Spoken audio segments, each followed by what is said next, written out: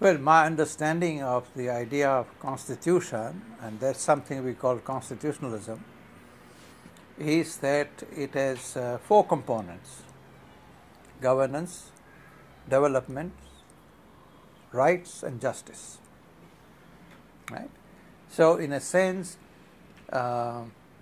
before I address your question, I would say these are conflicting conceptions. There can be governance without rights and justice, and there can be development without rights and justice. The question then is, what would rights and justice mean? And this is a very conflicted story. Anybody who studies Supreme Court of India and its jurisprudence knows this. So in a sense, even the government of India's recent stance suggests that the constitutional have-nots, or the worst of Indian peoples, have been done a raw deal.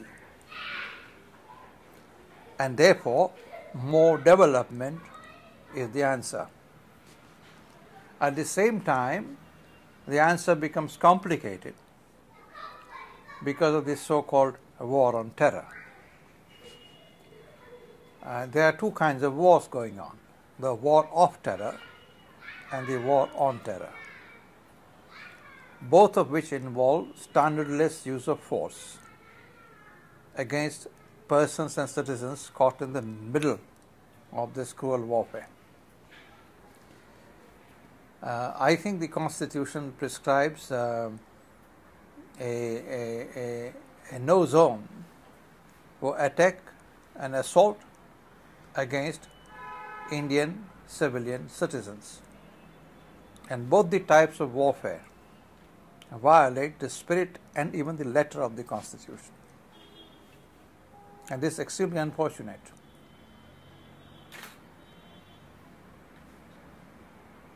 Right, sir. And anything else you'd like to add on the occasion of Republic Day?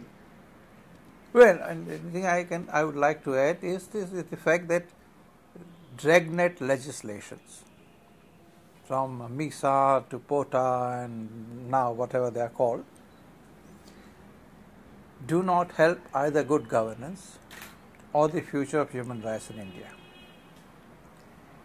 One understands the security concerns of the state, and it's not merely security concern of the state. What is state? After all, the politically organized community. So these dragnet security legislations elevate the collective human right of security above all other human rights. One may say this is how things may go.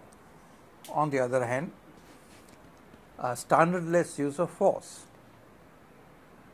cannot, and legalized use of standardless force cannot bring either development or peace or justice. Forget about human rights. So I think this is not a new problem. India had, since its inception, the Indian Constitution was written in the blood of the partition Holocaust.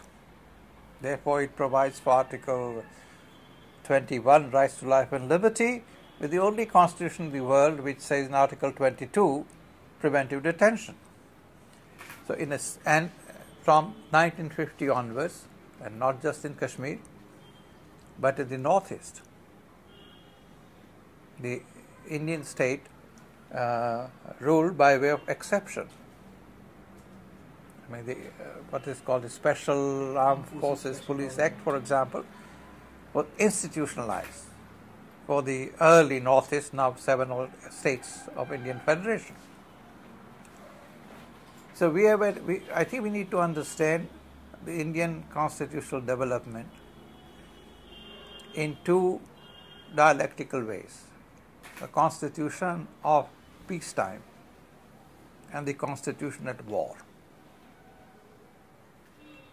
In my view, time has come after 63 plus years to fully reinforce the constitution of peace and go away from that of war. How this is to be done invites more than 24/7 global media hype or hysterics of human rights activism. A more grounded understanding and analysis and approaches to future solutions is needed.